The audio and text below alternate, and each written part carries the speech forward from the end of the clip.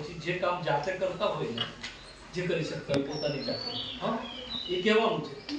પછી બીજાની મદદથી જે કામ કરવાનું એ કહેવાનું સમજ ને યાદ કરી લીધું ને બધું ચાલો હા તો પરિચય આપો પહેલા અને પછી આગળ વાત કરું કોઈ ચાલો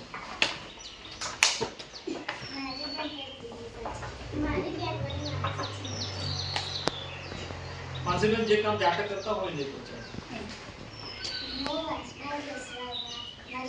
બહુ સરસ પાસણ તમે તમારી ડીશ અહીંયા જાતે ધોવો છો બહુ સરસ તાળી પાડો માનસીબેન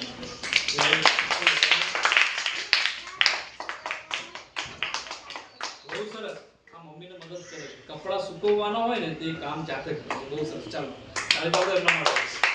આવો તમારે કોઈ મદદથી કામ કરવાનું હોય એ કામ કેવું છે કામ કરવાનું જેને મદદ લેવી પડતી હોય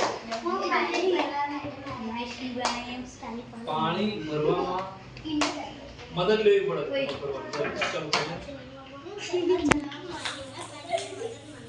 સાયકલ ચલાવી એમને તમારા ભાઈને મદદ માંગે છે ને તાળી પાડો આપણે